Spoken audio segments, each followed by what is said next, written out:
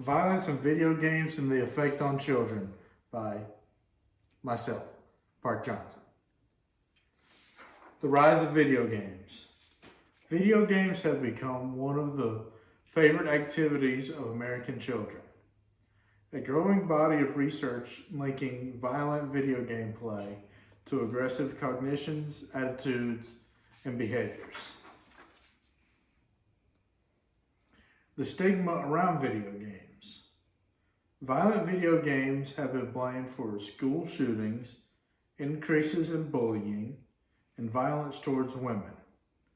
Critics argue that these games desensitize players to violence, reward players for stimulating violence, and teach children that violence is an acceptable way to resolve conflicts.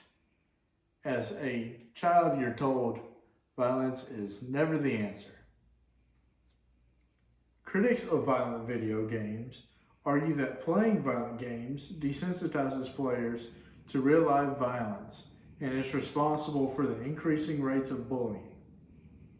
In 2007, 32% of students aged 12 to 18 reported being bullied at school, compared to 5% in 1999. The defense. Defenders of violent video games argue that research has failed to show a causal link between video games and real-world violence. They argue that correlations between video games and violent behavior can be explained by youth predisposed to violence being attracted to violent entertainment.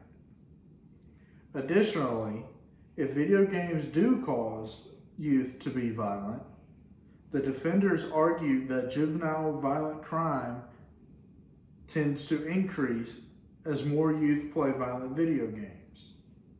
Instead, U.S. computer and video game software sales increased 204% from 1994 to 2014, reaching $13.1 billion in 2014.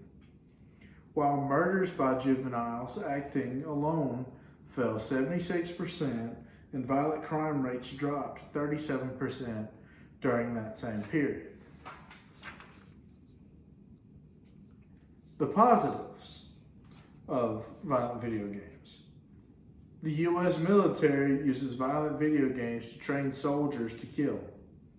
In a video that we will watch in a little bit at the end of the presentation, it shows that the U.S. military uses video games and virtual reality to teach a normal person to like to kill people. Second is, violent video games are a convenient scapegoat for those who rather not deal with the actual causes of violence in the U.S. Third, violent video games provide opportunities for children to explore the consequences of their violent actions, develop their moral compasses, and release their stress and anger, catharsis, in the game, leading to less real-world aggression. So this is playing a video game to blow off steam, allowing yourself to figure out through different playing modes what the consequences of people's actions are. Like if you kill somebody in real life, you're going to go to jail. And if you haven't killed anybody, and I hope you don't, in real life, the consequences are jail or death. And lastly, studies claiming a causal link between video game violence and real life violence are flawed.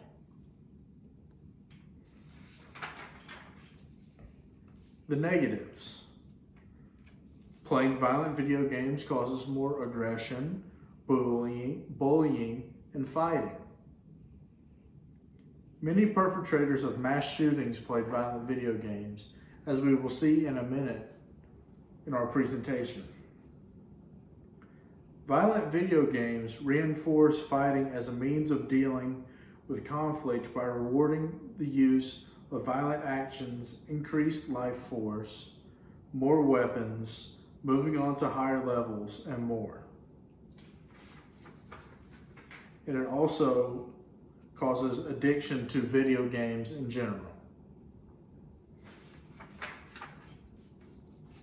Does the media encourage actual violence? According to page 22 in the textbook, President Trump blamed the shooting deaths at a high school in Parkland, Florida on video games. Is he right? One meta-analysis says yes. Another says no. And the third one is in the middle. They say yes, but not very much.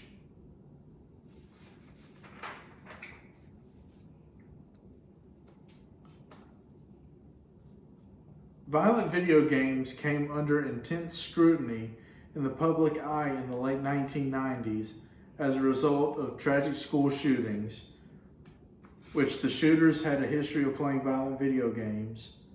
Example, West Pocata, Kentucky in December 1997, and in Jonesboro, Arkansas in March of 1998. The news media have linked video games to other violent crimes, including a crime spree in Oakland, California in early 2003, five homicides in Long Prairie and Minneapolis, Minnesota. The Washington, D.C. Beltway sniper shootings were also very vocal in the media in the fall of 2002. The U.S. FBI reported that one of the warning signs, characteristics of school shooters was that the high-risk students spends inordinate amounts of time playing video games with violent themes, and they are seen to be more interested in the violent images than actually playing the game itself. Here are some pros and cons of video games in general. The pros: life skills, which it teaches you how to problem solve while using your own brain and not somebody telling you what to do. Education. Some studies have shown that playing video games increases your cognitive awareness. Better brain function, which can be correlated to boosted hand-eye coordination. In every sport you play, every bat and ball sport, every shooting sport, every kicking, throwing sport, you see with your eyes and you catch with your hands. Playing video games helps with your hand-eye coordination. And they can help with anxiety and depression. Say someone is depressed and their only way of coping with that is playing video games. It helps them come out of their shell. With playing social games like Fortnite, you're able to talk to people about your problems and maybe they can find you help. The cons are violence, which many games now include some sort of violence, not all. Addiction. Anything, if you do not manage your gameplay, you will find yourself spending 17, 18 hours a day not moving from the spot you sat down in and play video games. And playing video games is not a replacement of social interaction. Yes, playing Fortnite and different communication games is a good thing, but it can also be a bad thing. There's something called catfishing, which is on dating profiles where you have somebody that says they're this person online, but in real life they could be a totally different person, not even the same gender, not even the same name. So be aware. In early childhood, according to page 229 in the book, The Developing Person Through the Lifespan, it says, for instance, video games, for instance, usually encourage rapid responses the opposite of planning, inhibition, and memory that are the bedrock of executive function. Executive function skills begin at age 3 to 5 and continues through adolescence into early childhood. Executive function includes working memory, flexible thinking, and impulse control.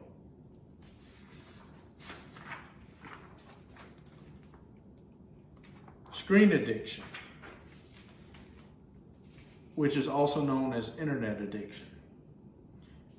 The definition for internet addiction is characterized by excessive or poorly controlled preoccupations, urges or behaviors regarding computer use, and internet access that leads to impairment or distress. According to page 389 in the book The Developing Person Through the Lifespan, an estimated 3% of U.S. adolescents suffer from internet addiction. This rate is low according to other nations. In Turkey, it's 15%. In India, it's 12%, and it's 22% in Hong Kong. Accurate science regarding internet addiction is hard to establish. The first violent video games. The debate over violent video games can be traced back to the 1976 release of the game Death Race. The object of the game was to run over screaming gremlins with a car, and at which point they would turn into tombstones. In 1993, public outcry following the release of video games Mortal Kombat and Night Trap promoted U.S. Congress to hold hearings on regulating the sale of video games.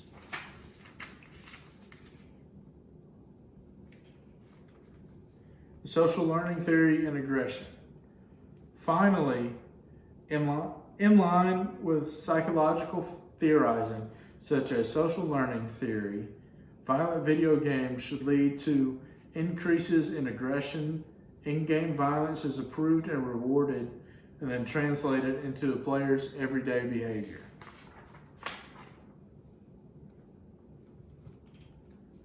Violent video games where the main objective is to harm the other game characters are highly popular.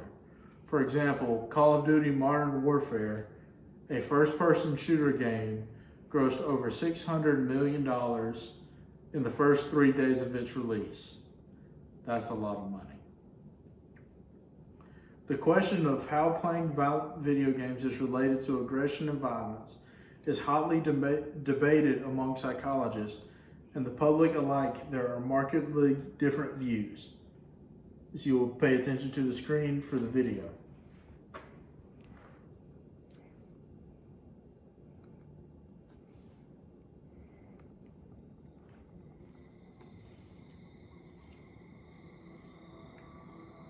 The rules have changed.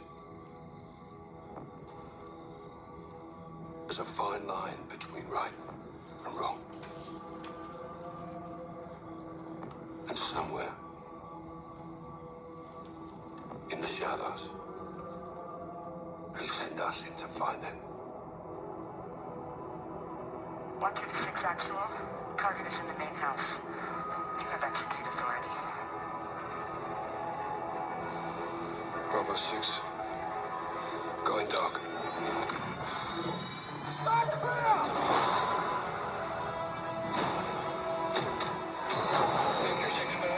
Green light.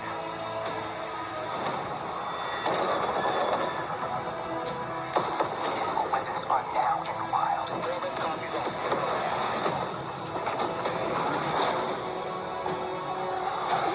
Hostiles is not contributing. Get to safety, go!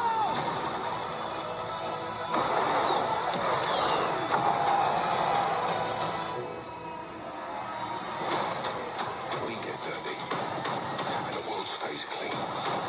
That's the mission.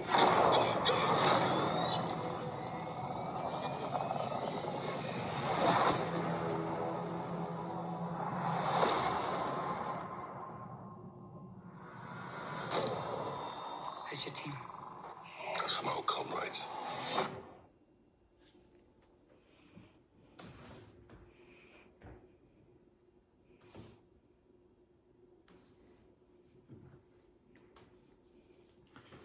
And so, as you saw in the video, it had the rating RP, which is rating pending.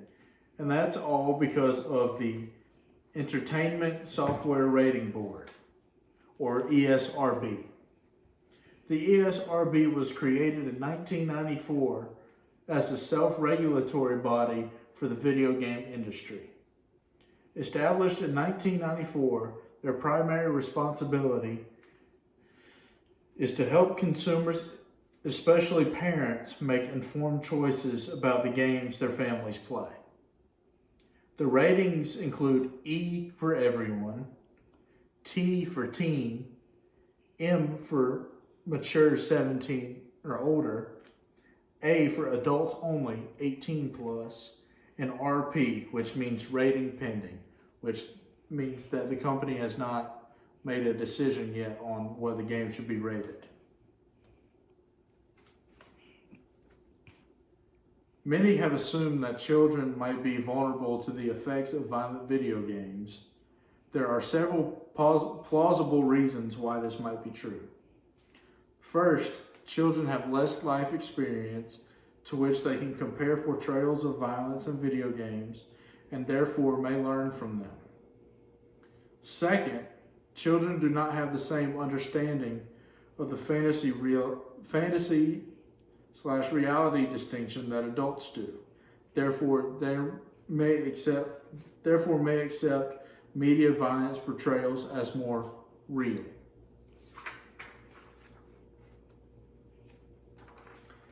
Little research supports the idea that children aged 7 or above are more vulnerable to the effects of the risk factors, more vulnerable to the risk factors of disorders, gangs, drug use, media violence, and inflated self-esteem.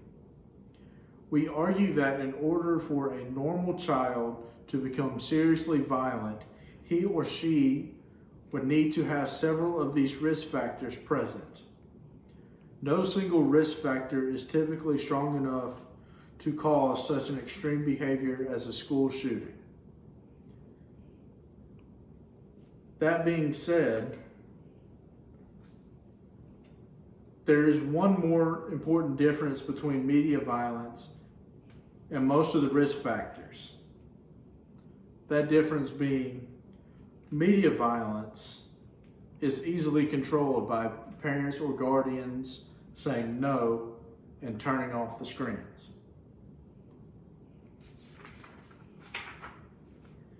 Executive function and the social learning theory. Video games usually encourage rapid responses, the opposites of planning, inhibition, and memory that are the bedrock of executive function. Educators disapprove if a screen replaces human interaction, but they recognize that computers, carefully used, might be learning tools just as books might be. And that came from the textbook, page 229. Social learning theory. In line with social learning theory, it appears that violent video gamers learn while playing and apply these learned behaviors in their daily lives. However, this reasoning also implies that when video games require other game characters to be helped, players should become more helpful. So, questions. If you play video games, what types of games interest you the most, and how long on average do you play a week? Question 2. Since most children cannot buy violent video games on their own, who should be held responsible for the outcomes? The parent/guardian or the video game companies? Based on the learning of human growth and development, what do you think the minimum age of access to violent video games should be? Should it be 8 years old? Should it be 18? Should it be 30? It's up for you to decide.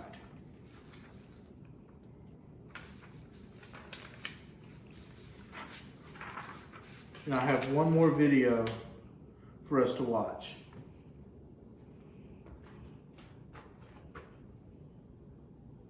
Let's discuss whether there is any link between violence on the screen and real violence with Ben Shapiro, editor-in-chief of the Daily Wire, and retired Army Lieutenant Colonel David Grossman, who's authored books on the psychology of violence. Ben Shapiro, I know you're skeptical about a link from video games. Millions and millions of people play these video games. I mean, girls aren't as into these video games, I'm sorry, as boys are, but I think if my sons had access to them, I'm sure they'd play them all the time, because something about the boy's brain and these games. But why are you not worried about it? Well, I mean, I'm not supremely worried about it just because the consumption of these violent video games has been going up continuously since the early 90s, and yet youth violence has been going down since the early 90s. The correlation actually doesn't fit. As far as individual instances, I mean, you can find patterns in very sporadic instances among virtually all data sets, but there's some pretty mixed data about this. It's true that the American Psychological Association recommends that parents not allow their kids to play these games. I wouldn't let my kids play these games because I think they're immoral, frankly, but that should really be up to parents. I'm not sure the government should be in the business of stepping in. In 2011, Justice Scalia, in a majority decision 5-4, found that it was actually unconstitutional for the state of California to regulate the capacity of parents to be able to get these video games for their kids, or even for kids to get them themselves without parental permission. You saw that as a content violation under the First Amendment. Let's talk more about this. The assassinations that take place in the games. You know, my book, Laura, Assassination Generation, we outlined the dissenting opinions in that case. There's much more to this situation that we need to understand. You know, Clarence Thomas and Stephen Breyer, the most liberal, most conservative justice, dissented. Stephen Breyer said they use these to train military. I'm not a medical expert, but I know who is, and it's not the people the video game industry put out. You need to know more about that case. The data is so overwhelming. And when I was a kid, nobody buckled their seatbelt. We're all just fine. Not everybody with their seatbelt unbuckled died, but all the ones that died had their seatbelt. So you're saying kids who have predispositions to this, maybe they have a trigger inside of them. They steep themselves in this violence. Into it. A great book, Inside the Mind of a Teen Killer. The new factor in every single case. The new factor. The fact that violent crime is down is not true. Are they using these in Army Ranger training? Do they do video simulation now? But we do it with law enforcement and military training. We use simulators. You don't see it in Ranger School, but you see it as an integral part of our training. To make killing a conditioned response is part of modern training. We've got to do it. Healthy people have to be trained to kill, and the video games do the same thing to the kids. And Ben, but what I always think about this is, you know, science or not, for young children to continually see images of heads exploding, chests opening up, you talked about the immorality of all of this. Whether it's constitutional or not constitutional, maybe as a society we have to talk about what numbing ourselves to this very graphic violence. It's not like cartoon. This looks like a real person's head exploding.